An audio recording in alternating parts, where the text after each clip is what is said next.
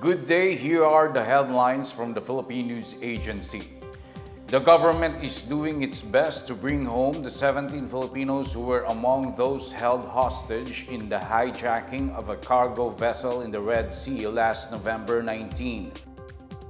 In a social media post, President Ferdinand R. Marcos Jr. said the safety of the hostage Filipino seafarers is of utmost concern.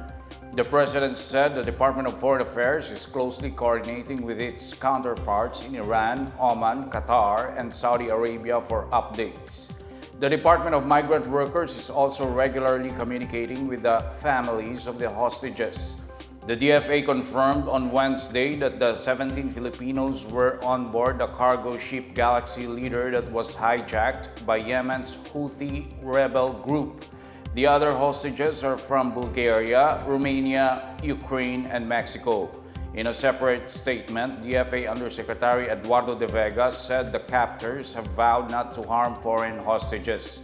He said the Houthis hijacked the vessel in solidarity with the Palestinian militant group Hamas and have declared they will attack targets owned or related to Israel.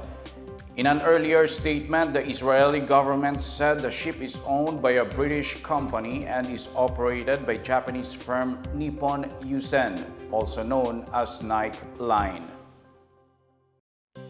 The European Union has cited the willingness of the Marcos administration to engage the international community on the issue of human rights. The EU's latest report on the Generalized Scheme of Preferences stated that the administration has affirmed its commitment to comply with the GSP Plus commitments. It said the government actively participated in multiple mechanisms of the UN Human Rights Council and has taken several steps to address various points of concern. These include its new focus on prevention and rehabilitation in the campaign against illegal drugs, as well as its openness to welcome the visits of UN Special Rapporteurs. The EU also noted some progress in the fight against child labor, especially online sexual exploitation of children and trafficking in persons. Other positive developments were the renewed engagement with the International Labour Organization, the implementation of environmental and climate conventions, and compliance with the UN Convention Against Corruption, among others. Under the GSP Plus agreement, the Philippines can get preferential access to more than 300 million consumers from EU through reduced or removed import tariffs. The House of Representatives has approved on third and final reading a measure that would promote the safe use of nuclear energy. 200 lawmakers voted to approve House Bill 9293, or the proposed Philippine National Nuclear Energy Safety Act, which paves the way for the creation of the Philippine Atomic Energy Regulatory Authority, or PhilAtom.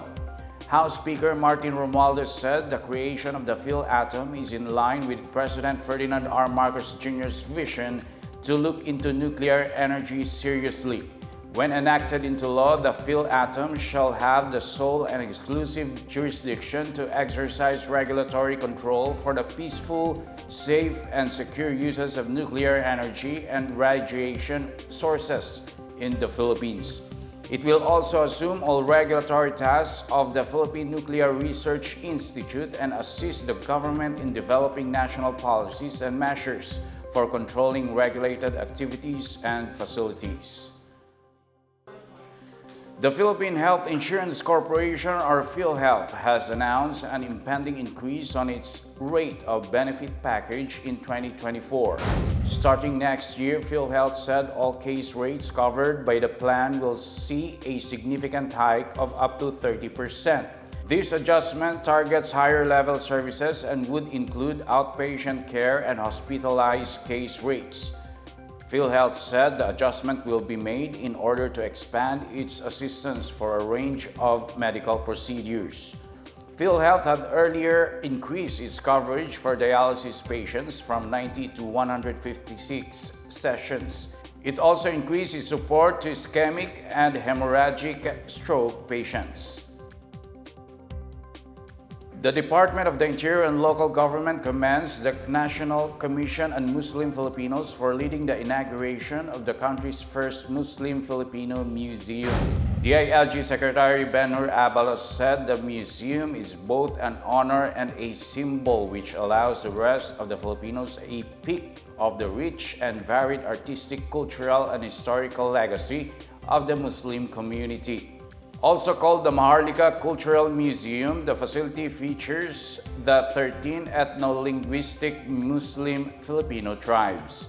The museum features the iconic musical instrument kulintang, Muslim fan, Bangsamoro rectangular or tube-like wraparound garment called malong or landap, and traditional dresses of Muslim men and women. NCMF Secretary Giling Mamunjong said that through this museum, Filipinos can learn about the cultures of the 13 Muslim tribes in the Philippines. The NCMF was established to assist Muslim Filipinos. He also said the Commission will work on the creation of Council of Elders with representatives from each Muslim tribe. And that's the latest and the biggest stories on the PNA Headlines. For more news updates, please visit our website pna.gov.ph or our Facebook and X account, Philippine News Agency. The PNA Headlines is also streamed via the Servicio Facebook page. You may also watch the PNA Headlines through the Philippine News Agency's YouTube account via the News and Information Bureau website nib.gov.ph under PNA News or the Facebook page of the Presidential Communications Office or PCO. It's 32 days before Christmas. I am Wilnard Basilonia and this is the PNA Headlines, bringing stories that unite the nation.